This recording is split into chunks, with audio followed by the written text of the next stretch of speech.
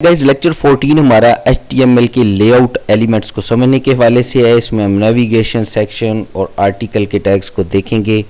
Direct output पे लेकर जा रहा हूं, वहीं इसके कोड को एक्सप्लेन करूंगा। अच्छा ये दोस्तों देखिए, ये पेज मेरे सामने एक आउटपुट के तौर पर है। यहाँ पर सिटी नेम लिख रखे हैं, यहाँ पे लाहौर सिटी की कुछ डिस्क्रिप्शन है, ठीक है। यहाँ पे ये सिटीज़ का हेडर है और ये फुटर है। सबसे पहले मैं आपको हेडर फुटर का बता दूं।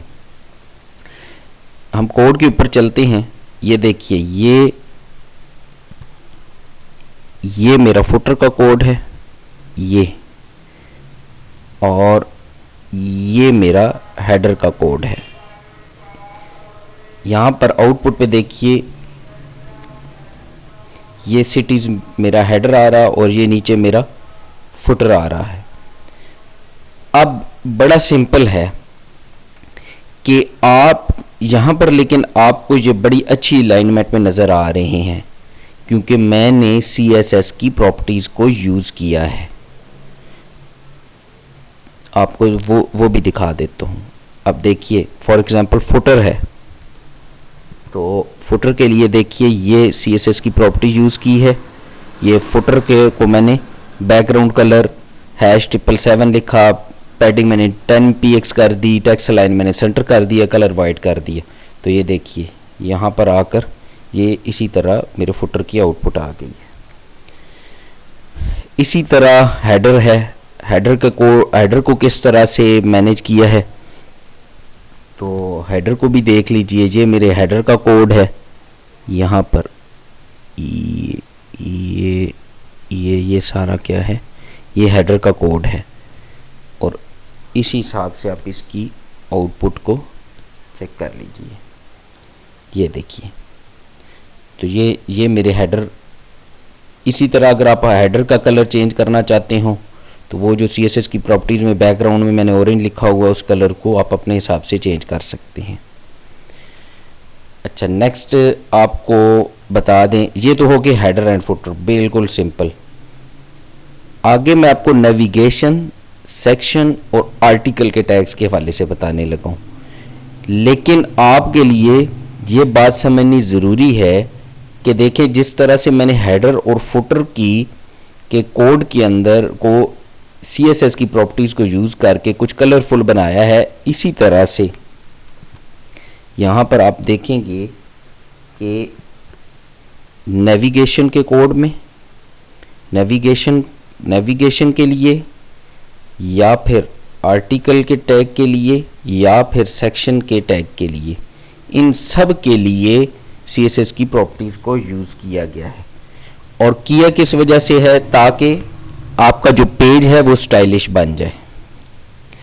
अब यहाँ पर देखें, ये मेरा सेक्शन का हेड यहाँ से शुरू होता है, यहाँ पर एंड हो जाता है।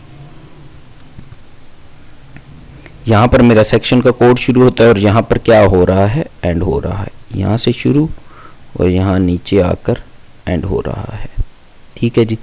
अब इसमें देखें, अगर आपने मेरा ऑर्डर्ड अनऑर्डर्ड लिस्ट का लेक्चर सुना हो तो आपको ये तो क्लियर हो जाएगा कि ये क्या लिखा हुआ है। ये 3 आपके सिटीज नेम्स हैं और क्लिक वाले सिटीज नेम्स हैं, यानी आप लाहौर पर क्लिक करेंगे तो कोई एक्शन होगा, कराची पे भी, रावलपिंडी पे भी।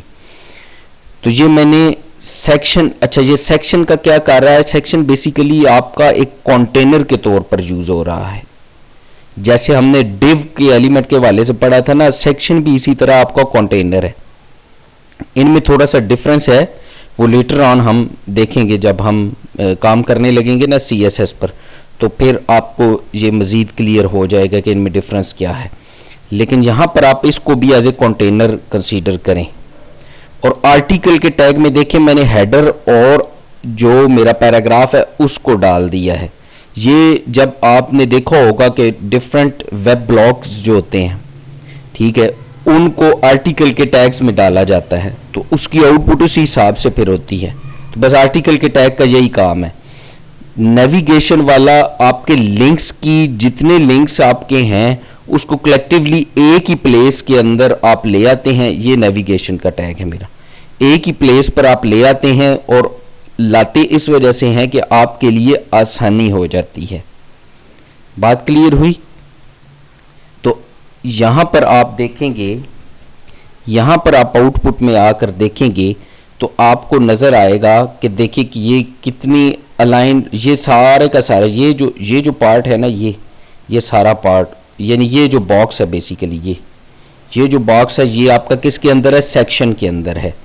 और ये जो तीनों क्लिकेबल सिटीज़ हैं ये किसके अंदर है आपके, ये बॉक्स आपका ये किसके अंदर है, आपके नेविगेशन के टैग के अंदर है। और ये आपका किसके अंदर है, आर्टिकल के टैग के अंदर है।